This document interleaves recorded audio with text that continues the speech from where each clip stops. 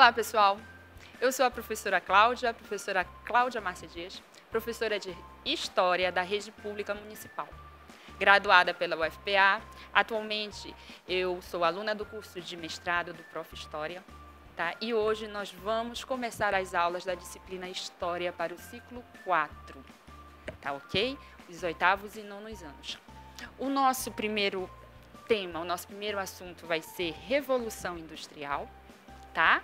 A Revolução Industrial e seus impactos na produção e circulação de povos, produtos e culturas, né? Sempre quando eu falo sobre revolução com os meus alunos, eu pergunto para eles o que eles entendem por revolução, né? Vocês aí que estão me ouvindo agora, o que vocês entendem por revolução? O que é uma revolução, né? A gente sempre pensa que revolução está relacionado a guerras. Ah, professora, isso os meus alunos me falam sempre. Ah, professora, uma revolução é quando há uma guerra, é quando há embate, é quando há mortes. Será que revolução é isso mesmo? A revolução é uma mudança radical dentro de uma sociedade, que ocorre no contexto político, econômico, cultural e social, onde é estabelecida uma nova ordem que é instituída pelas forças políticas e sociais vencedoras. Em resumo, a revolução é uma profunda transformação. Ah, mas por que a gente imagina que a revolução ocorre com guerras, né? A revolução é uma guerra. Porque, normalmente, quando se há uma transformação profunda, duas partes se chocam. A parte que quer as mudanças e a parte que quer a permanência. E acaba gerando, de fato, essas revoltas, essas brigas, esses conflitos e essas mortes. Tá ok? Vocês entenderam o que é uma revolução? Bacana! E a Revolução Industrial? O que foi a Revolução Industrial? A Revolução Industrial foi um conjunto de mudanças que aconteceram na Europa nos séculos XVIII e XIX.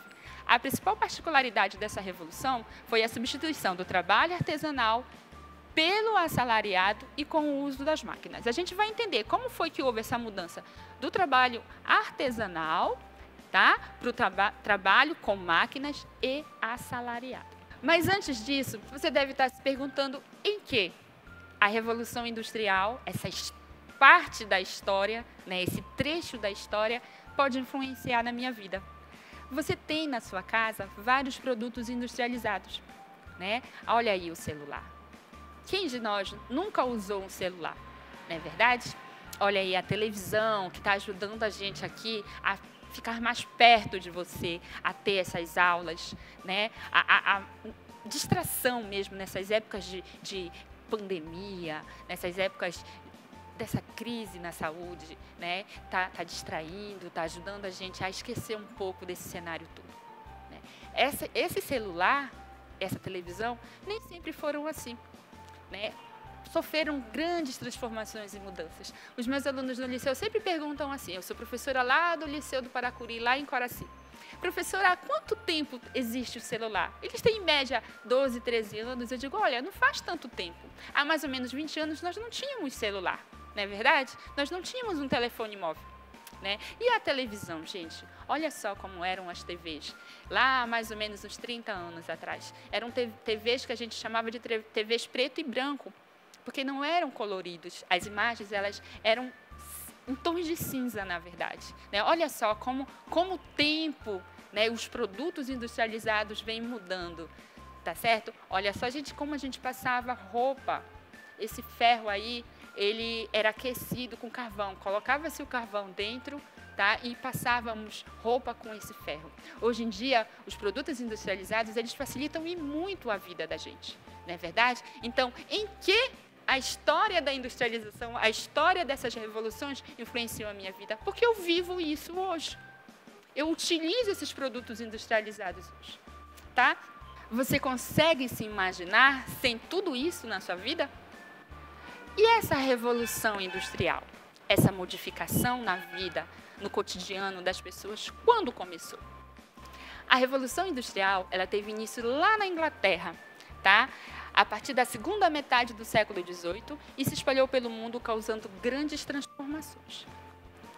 Ora, a Inglaterra, o que aconteceu para que a Inglaterra fosse a primeira a fazer a revolução industrial, fosse a primeira a instituir indústrias, a utilizar máquinas na produção disso tudo. Tá? Alguns fatores proporcionaram o pioneirismo à Inglaterra. E entre eles estava uma acumulação de capitais, uma acumulação de dinheiro, além de ter muita mão de obra disponível. Então, a Inglaterra teve vários fatores, conseguiu, através de vários fatores, acumular esse dinheiro. E, entre esses fatores, foi o crescimento do comércio marítimo mercantil. A Inglaterra, em 1651, publicou os Atos de Navegação. Esses atos de navegação faziam com que apenas navios ingleses fossem buscar produtos em outros países, tá? E trouxessem esses produtos para a Inglaterra. Claro que o frete desses navios eram pagos, tá? Então, começou com esse estímulo do comércio, ela buscando acumular dinheiro, assim como todos os outros estados nacionais, todos os outros estados tentavam se fortalecer, buscando acumular dinheiro, a Inglaterra também, tá? A Inglaterra também buscou o acúmulo de capitais. Outro fator foi a exploração de colônias e do tráfico negreiro. A Inglaterra ela teve muito lucro com a exploração de colônias, principalmente das Antilhas. A Inglaterra ela conseguiu acumular capital, tá, com comércio com as Antilhas e também comercializando escravos da África. A Inglaterra ela foi uma das maiores fornecedoras de escravos para a América. Tá? Outro fator foi a modernização da agricultura. Então, quando novas técnicas agrícolas fizeram aumentar a produção de alimentos no campo, os trabalhadores, os camponeses, eles foram dispensados, tá? E começaram a migrar para a cidade. Outro fator que fez com que os trabalhadores migrassem do campo para a cidade foram os cercamentos. Terras que tradicionalmente eram ocupadas por camponeses foram cercadas e começaram a criar ovelhas nessas terras. A única solução para os camponeses foi de migrar, de ir embora para a cidade para poder trabalhar em alguma coisa lá. Eles precisavam se sustentar, eles precisavam de trabalho. E como o campo já não era deles, como o campo já pertencia a alguém que não permitia que eles permanecessem lá, eles migraram para a cidade. Gente, é importante que vocês entendam. Acúmulo de capital com o comércio marítimo, com a venda de escravos, com a relação da colônia com a metrópole e também essa liberação da mão de obra, onde a expulsão dos camponeses do campo para a cidade proporcionou à Inglaterra esses pré-requisitos, digamos assim, para se tornar o primeiro país a se industrializar. Foi a Inglaterra. Outro fator foi a força política da burguesia. Ao consolidar seu poder político após a Revolução Gloriosa, em 1688, a grande burguesia inglesa criou condições para o desenvolvimento do capitalismo no país. Tá? Que condições foram essas? Foram leis, tá? Leis que beneficiaram o comércio. Tá? Abertura e construção de portos. A Inglaterra ela promoveu guerra. Tá? Várias guerras, na verdade, contra os concorrentes dela nessa empreitada industrial. Então, todos aqueles que barravam o comércio ou o avanço tecnológico ou o desenvolvimento econômico da Inglaterra ou entravam em acordo com a Inglaterra ou a Inglaterra simplesmente declarava guerra. Deu para entender, gente?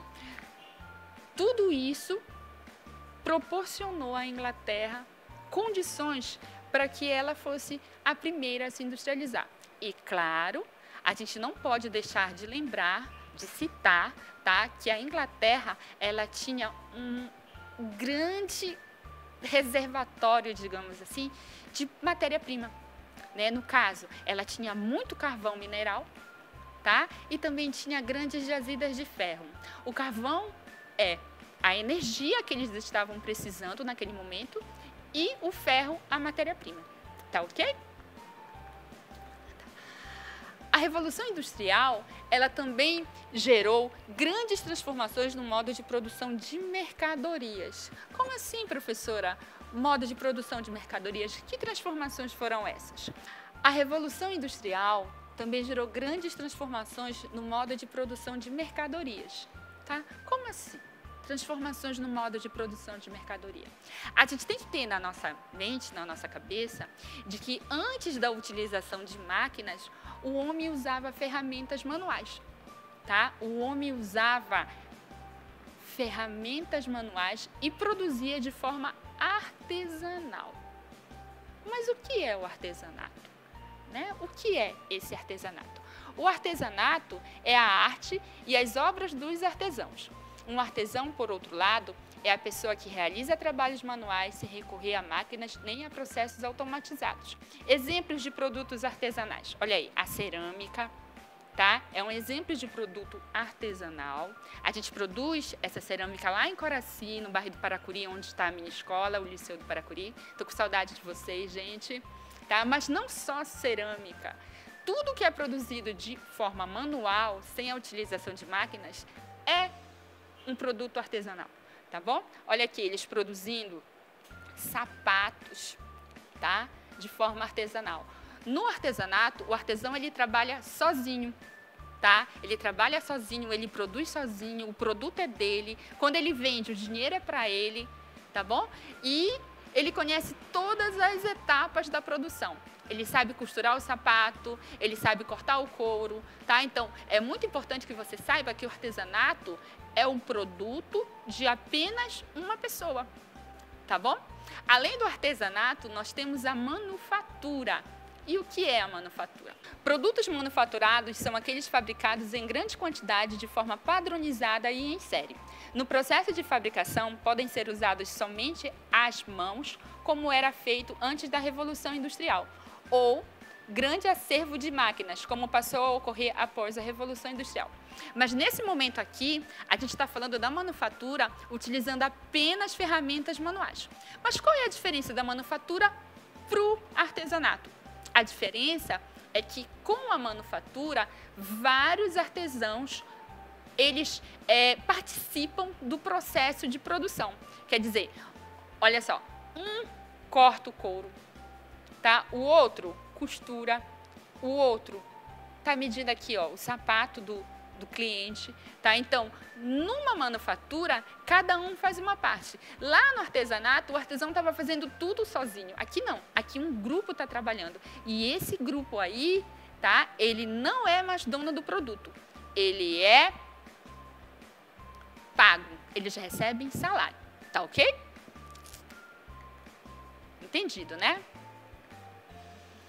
E, por fim, veio a mecanização, né? A utilização de máquinas para a produção de produtos. Olha aí, gente, as primeiras máquinas a serem inventadas, elas foram direcionadas principalmente para a produção de tecidos, tá bom? E depois vieram as montagens, a produção de transportes, a produção de carros, a produção de navios a vapor, a produção de locomotivas, tá? Que eram os trens movidos a vapor. E até hoje, né, está ocorrendo essa utilização de máquinas na produção de produtos, tá bom? Nós podemos dividir a Revolução Industrial em 3 fases. A primeira fase, no início do século XVIII, quando se utilizava o vapor como energia, onde foram construídas as ferrovias, a utilização de carvão, né, e do ferro, principalmente do ferro, e o surgimento das fábricas. A segunda fase, já no século XIX, quando se passa a utilizar a eletricidade, também os derivados do petróleo, tá? Passa-se a usar o aço e também quando dá-se o início do uso das tecnologias, das comunicações, invenção do telégrafo, do telefone. E a terceira fase começa em 1960, 1970, até os dias atuais, né? A utilização de computadores, internet, biotecnologia, robótica, maior integração dos mercados, que é a globalização, e as grandes corporações multinacionais.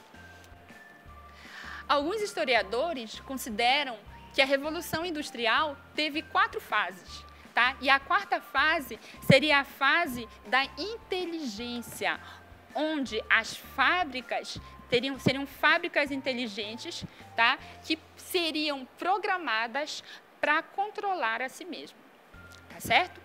Então,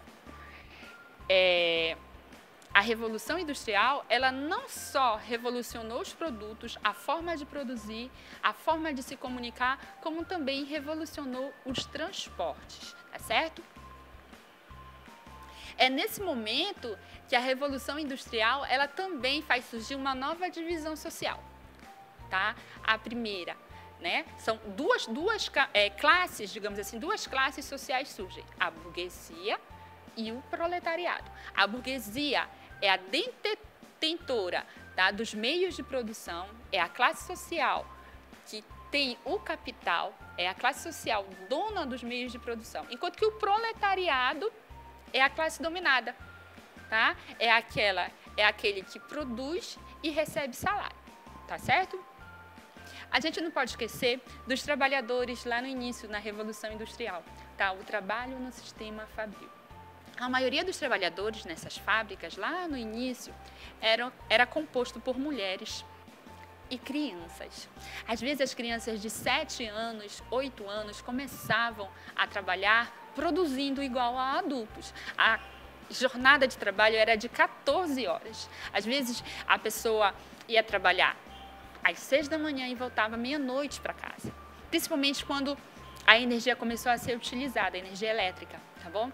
E normalmente essas crianças e essas mulheres, elas ganhavam 1/5, 20% do salário de um homem. E por isso elas eram preferidas, digamos assim, para trabalhar. Muito fácil, né? Ah, eu vou contratar uma criança, ela custa só 20% do que um homem adulto custa e normalmente eram órfãos, ninguém ia reclamar se a criança estava sendo explorada ou estava se alimentando bem ou dormindo bem. Com muita exploração, com essa exploração toda da mão de obra, não só feminina, como também a mão de obra infantil, trabalhadores que não tinham seguro-desemprego, adoeciam, eram retirados da fábrica, não recebiam nada, começou a surgir um protesto, claro. Os grupos de trabalhadores começaram a se organizar e começaram a protestar, tá? Famosos por quebrarem máquinas, tá? Um dos movimentos de protesto dos trabalhadores mais famosos foi o ludismo. Os ludistas, eles diziam ser comandados pelo general Lud, tá? Eles entravam nas fábricas, quebravam as máquinas, porque a partir do que eles começaram a concorrer com as máquinas, eles perceberam que eles começaram a ter perdas. Então, eles achavam que as máquinas eram as causadoras dos problemas deles. Mas depois, eles começaram a se organizar, tá? Fizeram documentos, como o movimento cartista fez documentos reivindicando voto secreto, reivindicando participação no parlamento, tá? E começaram a criar leis. E essas leis começaram a melhorar, digamos assim, a situação da vida do trabalhador. Eles deixaram de trabalhar 14 horas, passaram a trabalhar 10 horas. Né? Quando eu falo isso para os meus alunos, eles se assustam. Que professora, mas 10 horas? Hoje em dia a gente trabalha 8, mas com muita luta a gente começou a trabalhar 8 horas por dia, justamente pela organização dos trabalhadores nisso, tá certo? A gente não pode esquecer que, apesar dos benefícios dessa revolução industrial, apesar dos benefícios, né, melhorias com produtos, a revolução industrial ela trouxe muitos impactos ambientais, né? A poluição do ar, a poluição de rios, o desmatamento, tá certo? Então, se a gente conseguisse organizar essa produção industrial e pensasse nos impactos ambientais, seria perfeito para a humanidade, não é verdade? Gente, a aula acabou, tá? Eu espero que vocês tenham aproveitado, que vocês tenham entendido. Infelizmente tem que ser muito rápido, né? Porque só são 30 minutos, mas eu espero que vocês voltem a acompanhar as nossas aulas e eu vou estar por aqui com vocês, tá certo?